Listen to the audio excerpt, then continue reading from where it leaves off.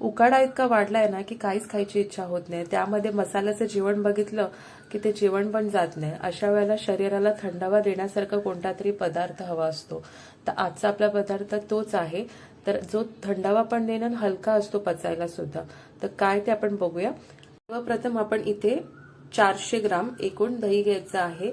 आता मी इथे महानंदाचं दही घेतलेलं आहे, ते यासाठी की जे आपण घरी दही लावतो त्याप्रमाणेच ते गोड असतं, आंबट नसतं हे। तर मी इथे 200 ग्रामचे 2 डबे घेतलेले आहेत महानंदाचे। हे 2 डबे आपल्याला हे मिक्सरच्या भांड्यामध्ये ओतायचे आहे आणि आपल्याला त्यात पाणी न टाकता एकदा मिक्स करून घ्यायचं आहे, जेणेकरून त्याच्यामध्ये कुठलाही गुठल्या राहणार नाही आणि एक फाईन पेस्ट बनेल दह्याची। तर आपण मिक्सरला लावून घेऊया आधी। आता मिक्सरला लावल्यानंतर आपल्याला एका वाडग्यामध्ये ओतून घ्यायचं आहे। नंतर आपल्याला एक वाटणाची तयारी करायची आहे। त्यासाठी लागणारे साहित्य बघूया आपण। इथे मी 5 ते 6 लसूण पाकळ्या, 2 हिरव्या मिरच्या, थोडीशी कोथिंबीर आणि खोबरं घेतलंय, अर्ध्या नारळाचा किस घेतलेला आहे। ते सर्व आपल्याला मिक्सरच्या भांड्यामध्ये टाकायचं आहे। आता नारळाचा किस घेतल्यामुळे एक वेगळी चव येते आपल्या पदार्थाला। तर हे सगळं आपल्याला मिक्सरच्या भांड्यामध्ये टाकायचं आहे।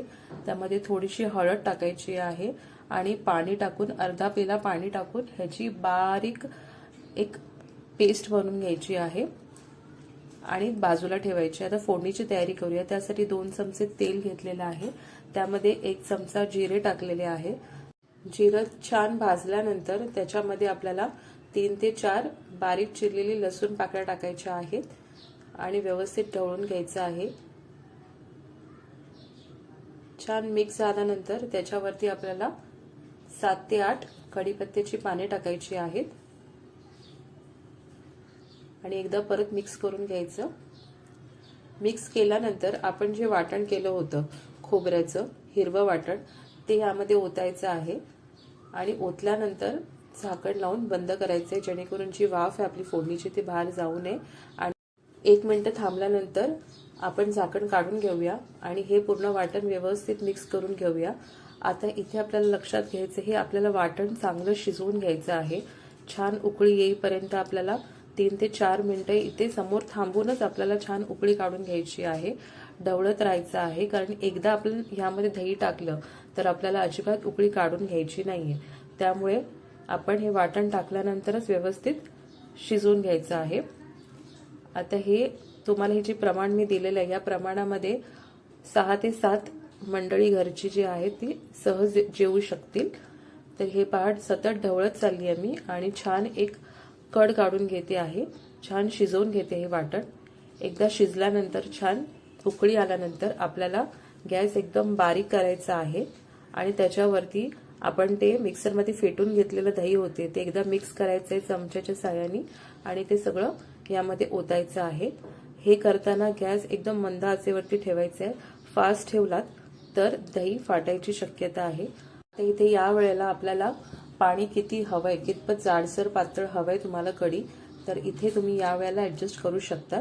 तर जेवढं प्रमाण मी सांगितले ते पुरेसं आहे। एक वेळसाठीच आपल्याला ही कढी बनते। खरं तर ही या पद्धतीने बनवली तर 2-2 दिवसही राहते, अजिबात खराब होत नाही। आपण शेवटला ह्याच्यामध्ये चवीनुसार मीठ टाकायचं आणि छान ढवळून घ्यायचंय।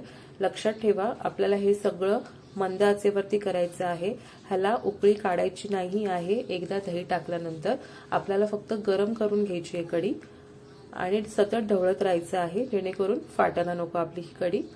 एक परफेक्ट दाटसर अशी कढी झालेली आहे। इथे रंगाचं म्हणाल तर जास्त पिवळी हवी असेल कढी तर तुम्ही हळद अजून टाकू शकतात आणि शेवटला आपल्याला यावरती कोथिंबीर भुरभुरायची आहे आणि गॅस बंद करायचा आहे। ही कढी पाचक आहे, अजिबात त्रास देत नाही, पोटाला थंडावा देते आणि चवीला उत्कृष्ट आहे।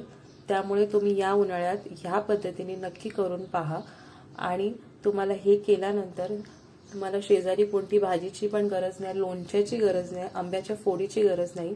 ही एकटी कढी पूर्ण काम करेल, ज्यामध्ये सगळं जी गरजेच्या गोष्टी आहेत ते फोडणीमध्ये आपण टाकलेले आहेत। साधा आपला मस्त भात घ्यायचा वाफाळता आणि त्याच्यामध्ये दह्याची कढी ओतायची अशी मस्त आणि ताव मारायचा। तुम्ही करून पहा, स्पेशली लहान मुलं खातील आवडीने, कारण का त्यांच्या आवडीची अशी ही आंबट गोड कढी आहे। जर जास्त दही आंबट असेल तर 1 चमचा तुम्ही यामध्ये साखर टाकू शकतात, पण बाकीची सगळी प्रोसेस सारखी आहे, तर नक्की एकदा करून पहा।